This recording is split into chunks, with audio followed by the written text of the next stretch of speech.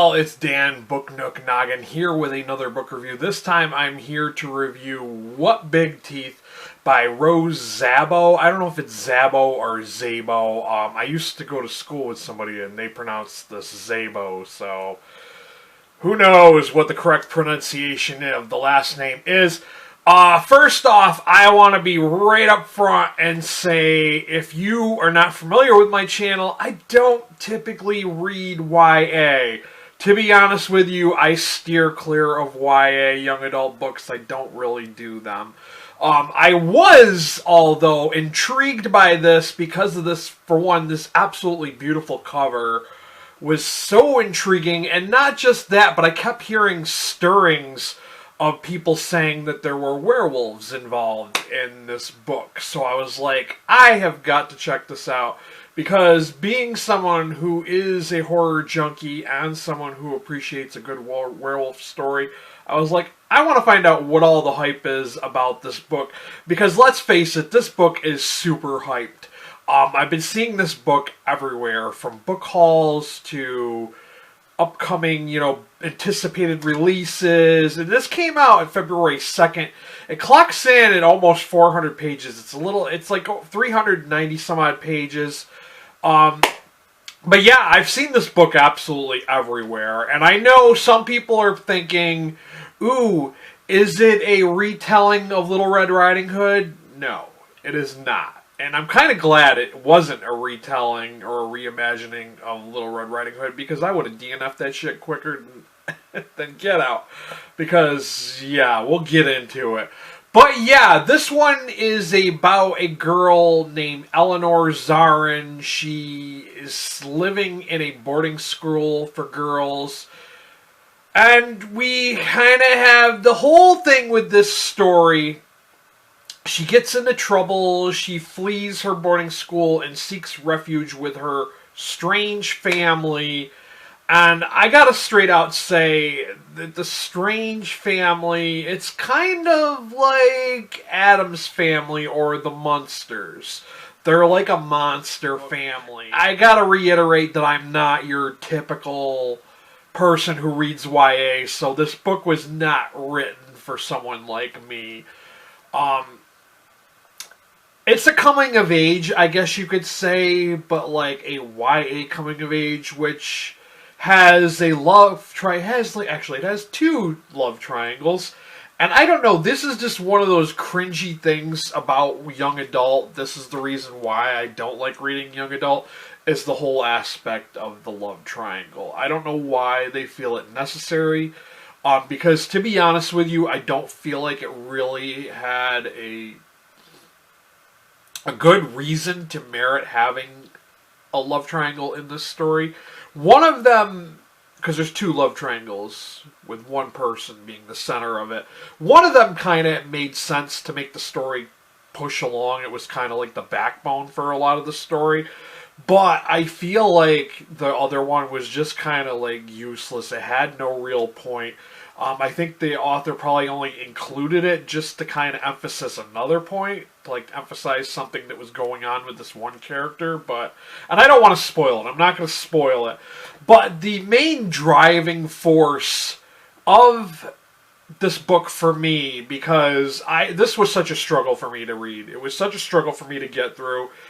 It is kind of hefty with 390 some odd pages, so it was kind of a struggle for me, to be honest. I was trudging through this thing begrudgingly, because the only thing that was keeping me motivated was the mystery of the family members and the mystery of what was going on with this one family friend. And then once you kind of learn what the deal is with the family friend, it was kind of like, yeah, I saw that coming.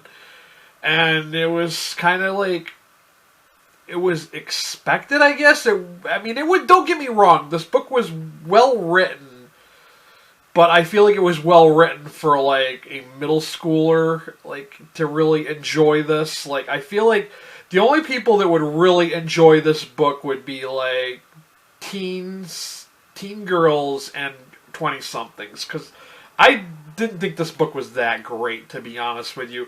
And like I said, the only thing that was keeping me reading it was to learn the mysteries of what was going on, what type of monster were some of these family members, because Eleanor is not a wolf like all of her other family members. She's different, and she doesn't know why she's different, and she's trying to learn her place in the world, and things happen, and she, all of a sudden, responsibility is heaped upon her, and she has to take responsibility, and she fucks that up. But that's not a spoiler. But yeah, this book was just is. I'm not the target audience. I feel like I'm gonna say that this book was definitely for younger readers. I'm definitely leaning towards that.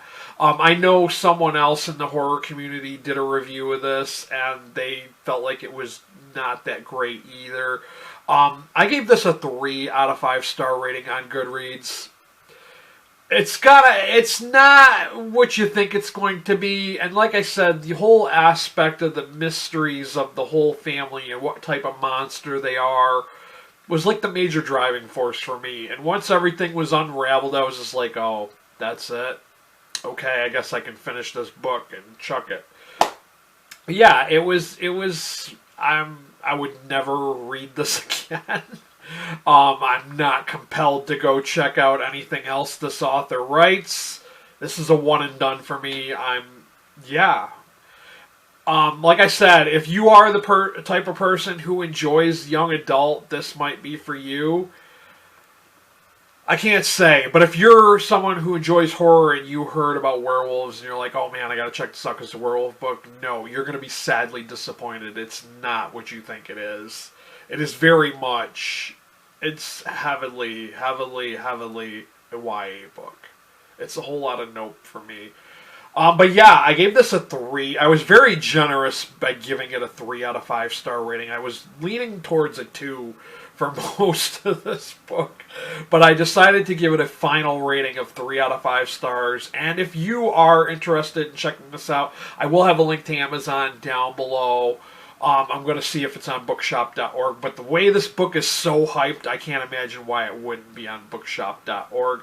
That's all I got for you guys. There isn't too much more I feel like I can say. I don't want to dog this book and like totally tear it apart, because I just didn't like it. The whole love triangle trope was a little overdone when they did it like multiple times in this book. It was just it was so cringe. So much cringe with the love triangle shit. Like, I don't know why young adult writers and authors feel like they feel the need to include these love triangles. I don't know why. If they write a sequel, I'm definitely not reading it, because it does kind of have room for a sequel the way it ended. But that's all I got for you guys. If you came here looking for book reviews and book recommendations, please hit that subscribe button. While you're there, hit that notification bell. This has been Dan. Stay healthy and be good to each other.